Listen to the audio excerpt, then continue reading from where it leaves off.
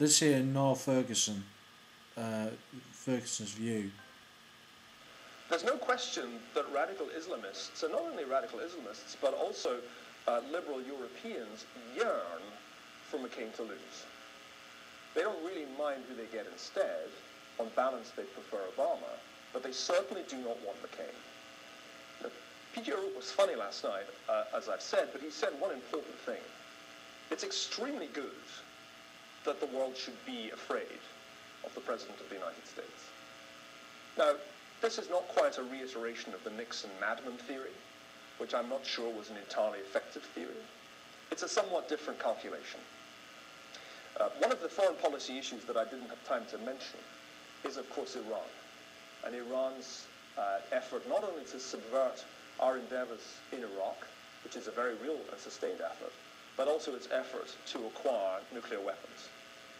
I don't know about you, but there's one guy I think might just be capable of intimidating the Iranians out of doing this, and that guy is John McCain. Some people say he made a terrible mistake when he sang Bomb Iran to the tune of Barbaran. And indeed, you can be sure that liberal bloggers will run that video of John McCain singing from right now until November. I'm glad they're running it. I want them to keep running it. I think it's extremely good that people should know that John McCain regards that as a real option. The idea that Barack Obama would ever give the order to take military action against a nuclear or near-nuclear Iran seems to me a very implausible one indeed. And so from that point of view, he seems to me to be the perfect candidate. There's another reason why I think this is important. It's actually when you're a hawk, when you have a track record of being a hawk, that you can do the most constructive things for peace, because your credibility is established. Nobody is ever going to doubt that John McCain is tough when it comes to fighting radical Islam. And that is precisely why, in my view, and this is one of my more outre proposals, he is somebody who has the option to do what Richard Nixon did in 1972 and make a radical break with our foreign policy and open to an established foe. We are deadlocked in many respects in the Middle East.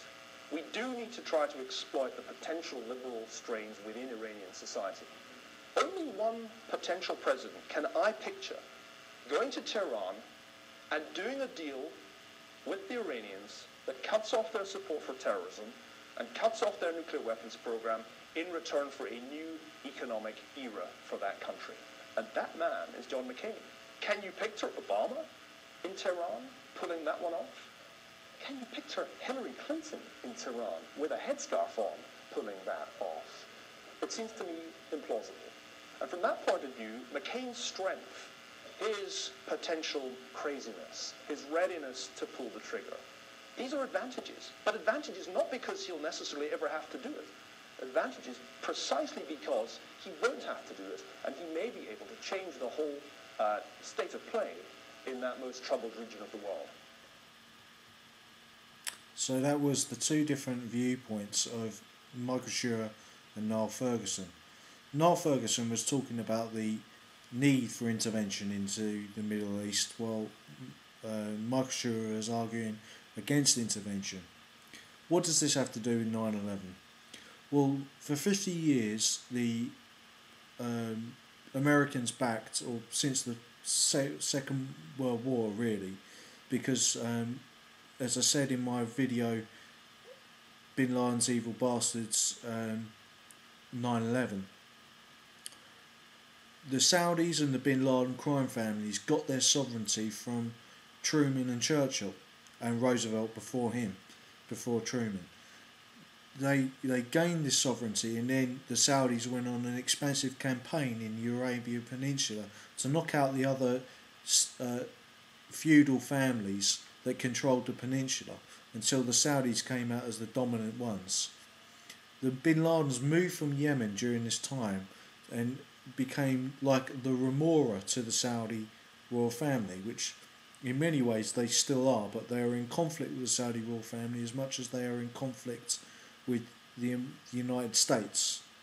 The problem is, to explain American empire, and the retreat from it is Michael Schuerer's argument, whereas Niall Fergusson is saying that yes, the Americans are an empire, but they're a collapsing empire, and they weren't very good at exporting themselves as a people around the world in the same way that the British did, because America and Canada and Australia and South Africa and Kenya are all countries with large white populations that are all the aftermath of the British Empire.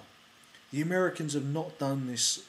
The closest they've done is in Iraq, where they exported their military power, but they have not exported their civil population there, apart from military and civil contractors, to actually colonise Iraq. They've done it for democratic reasons, on the face of it. But why did Bush and the neocons go into Iraq? Well, if anything, if there was ever a conspiracy after 9/11 to do a war, it was between Bush, the Israelis, and the neocons to invade Iraq. The neo-realists, of which or super realists, of which Michael Schuerer, Zbigniew Brzezinski, that group of people, they were against Iraq because they thought it would bog down people in a protracted campaign, and they proved to be correct. Michael Schuerer also disagreed with John McCain, thus Niall Fergusson, who's Niall Fergusson was John McCain's advisor, on whether the surge would work in Iraq. What Michael Schuerer said about Osama bin Laden's comment is that we wanted to lure you onto our sand, so to kill you and bleed you on our sand. That was what Osama bin Laden said. And that is what Ron Paul argued in the US election. So the whole foreign policy debate after 9/11 is centred on whether we should intervene or not, militarily. And the military aspect is what both people, Niall Fergusson and Michael Schuerer, are focusing on. But what I think they miss, despite one being an ex-CIA man and the other being a professor of Harvard University in Oxford as well, Niall Fergusson that is that the Arab Spring is a very important, an Arab revolution is very important, and this is my view, in the whether Al-Qaeda will decline. Al-Qaeda, as Michael Schuerer said, and the other Islamist groups, have been feasting on the armaments left by the tyrannical regimes which the Americans armed over 50 years. So they will be strengthened by this. But can the intellectuals, the people who are communicating on Facebook, can they face down the Islamists? Well, the Islamists have organisation, the people, the Facebookers and other people, as I've said, and Michael Schuerer said, do not. Niall Fergusson was also pessimistic about the Arab Spring. Well, I am not. I believe that the Arab Spring can, as backing from the European Union, and this is a critical factor. They also have backing from NATO and the United States, which came on board reluctantly for the Arab Spring because it wanted business as usual. Now, McCain doesn't represent the business as usual crowd. Bush does. Clinton does.